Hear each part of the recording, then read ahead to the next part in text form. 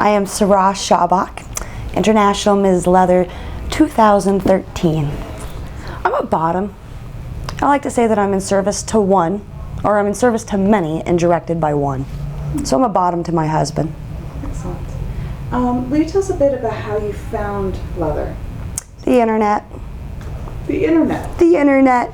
After my first divorce, I was looking to get laid, and I was at alt.com, and they told me that if I went to, no, I was at AFF, and they told me if I had gone to alt.com, I'd get more points to prove more pictures. So I went to alt and never went to AFF again. And so that's how I found kink. And from there I went to a collaring ceremony about 3 years later as a photographer, and it blew me away. It was a conceptual leap for me. It's not as if I became leather that day, but I saw that there was a clear path for something better. What year was, way back when you were at AFF and doing that, what year was that? It was in the spring of 2003. 2003? And then the collaring ceremony that you witnessed, when was that? That would have been in October of 2006. Wow. Okay. And it was my good friends, at the time it was Miss Alaska Leather, and we didn't know each other from like a leather path. I was a photographer and owned a photography studio, and they knew I was kind of bent, so they were like, do you want to come in and photograph this? And I showed up in like red leather hot pants, think I'd never been to a play party before or anything, and I was just blown away by the connection. I watched a master and slave, a heterosexual master and slave couple get collared that night, and then I watched my friend Ronnie and Raji be collared that evening, and it was just the energy. It was the first time I was ever in a room ever, and I could feel everybody's vibrating energy as it happened. And then after that, how did you start connecting more with the leather community?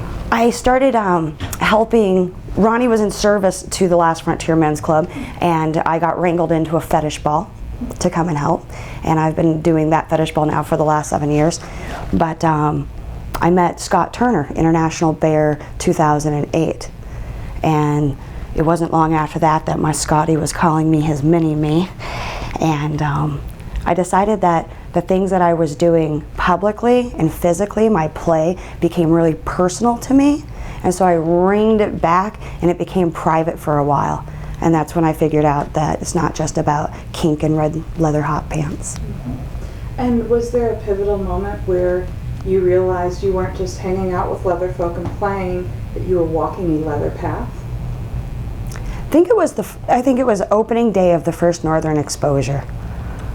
And can you say what Northern Exposure is? Northern Exposure is Alaska's only BDSM convention, happening every June for the last 4 years. www.ne2010.net. So. And we explain how you're involved in that as well. Northern Exposure is my baby. I've been breastfeeding her for 4 years. And we're a very small convention in Alaska. We started with our first convention, everybody included, was 91 people.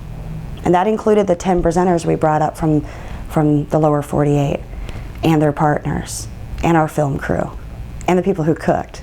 Every person who got a bracelet, 91 people showed up. And but at that event, it was like utter crazy chaos, and I realized that I was in service to these people's education. I will change this year. I've never attended a class at Northern Exposure, and this year I will attend many classes at Northern Exposure. But I realized I'm in service to this. I'm in service to something greater than me, and I didn't realize the actual implications of that until about 6 months later when I went to a play party, and it was no longer just like St. Andrew's Cross impact scenes. People were catching people on fire. They were cutting each other. I was watching doms and subs like genuinely interact with passion in front of other people, and I realized that we had connected a lot of dots for people. And I had sent out a monkey survey right after the convention, and we realized that over 85% of the people in Alaska who attended that event had never been to an educational convention before. Wow. Congratulations for doing that. And so. Wow. Yeah. Okay. All right, now let me bring you back to the original question I asked. We had to talk, no, I wanted you to talk Thank about you. that. You're welcome.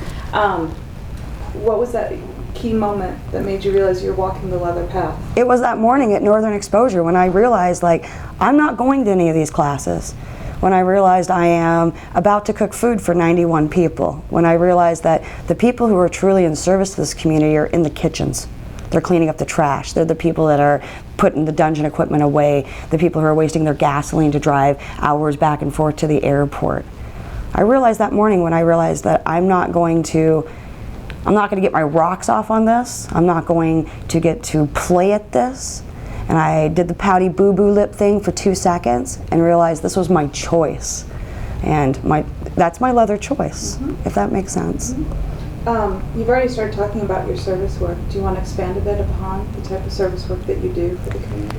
When I got conned into being Miss Alaska Leather, I wrote my Mr. Alaska Leather, Tom Izzarella, just the very next morning and asked him what was expected of me. And he said that 2 years, because the title was 2 years long, at that moment I realized the title was 2 years long, that I needed to go to 1 bus run and to come to my step down. And I asked him, could I do anything else? And he said, you can go help the Imperial Court if you want. And I got up the Imperial Court's ass like you would not believe. I went to every single event, it did not matter what it was, and asked them what I could do for them. So in that first year, I served my gay and lesbian community, and drag queens, and people who I had forgotten were there. And we've created amazing events since then. I do a Lemonade for Love stand.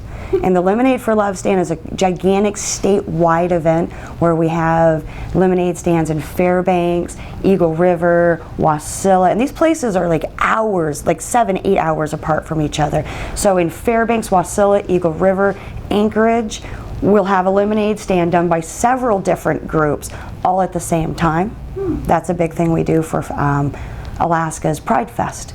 So we raise that money, and every group that comes out and supports a Lemonade for Love stand, and they're in like big gay fashion. We've got lots of rainbows, lots of glitter, and when we do those, half the money goes to Alaska's Pride Fest, and the other half goes to whatever group ran the event.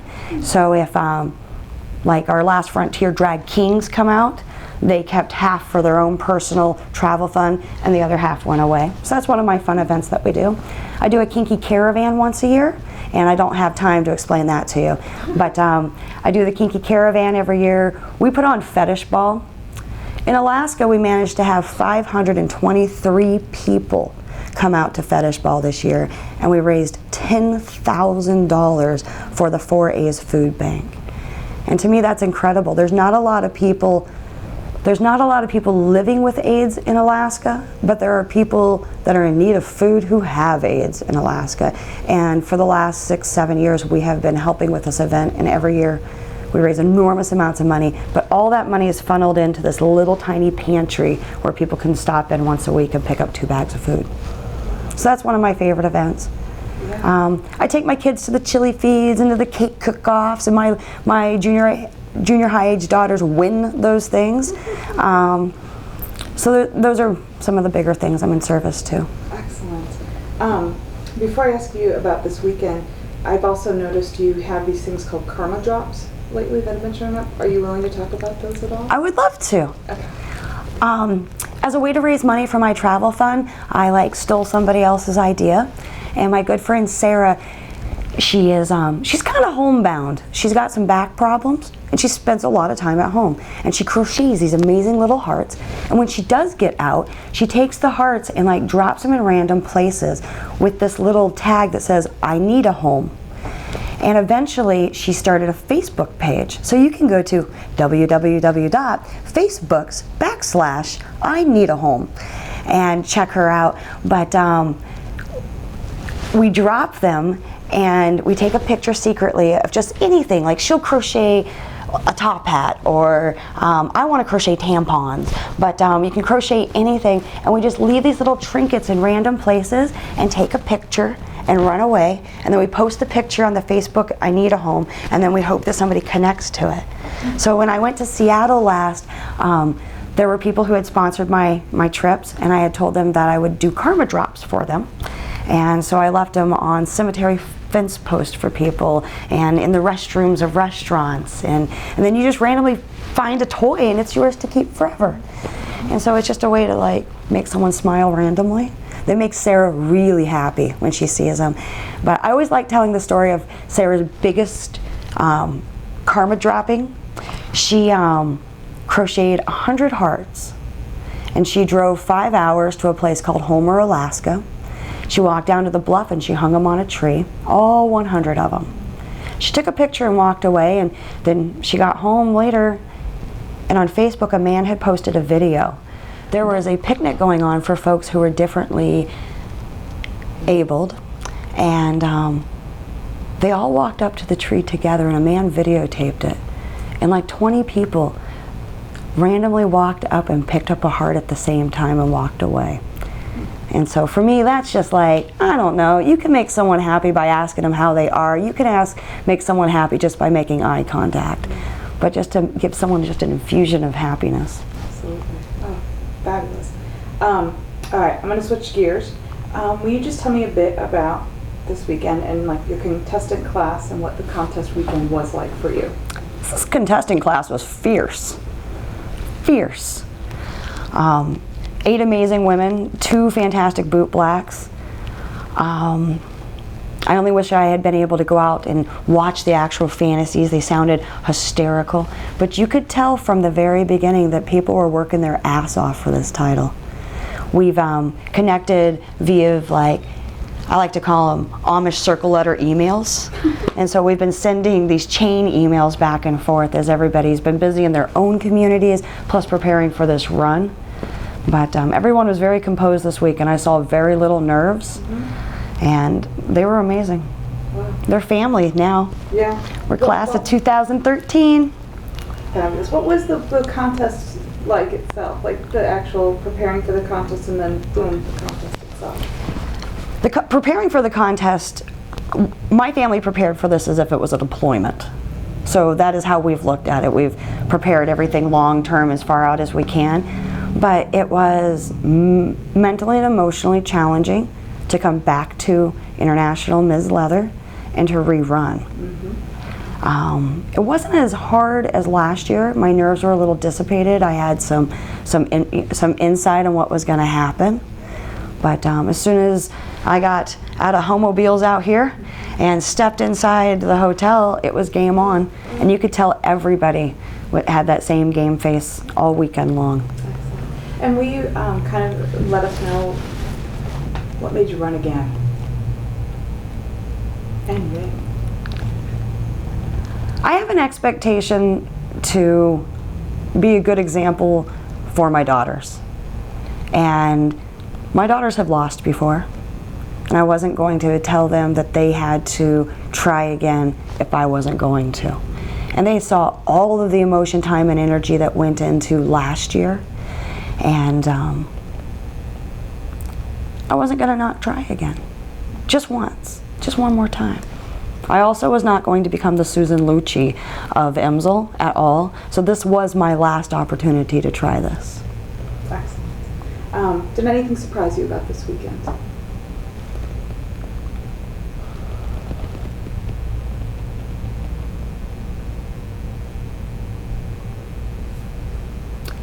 I came to IMsL this year with a very open mind. I came to IMsL prepared to receive people's good energy and bad energy, and I didn't set any expectations for what was going to happen. I realized once I walked in, it was what it was. It was going to happen. So there weren't any major surprises. Nix's blue hair surprised me a little bit. Other than that, no. Good. Anything else you'd like to add at this time? I know I've been talking about it all weekend long, but I truly do believe that Janis Joplin was right when she said, baby, you do have to try a little bit harder. Excellent. Well, thank you very much, Sarha, and congratulations.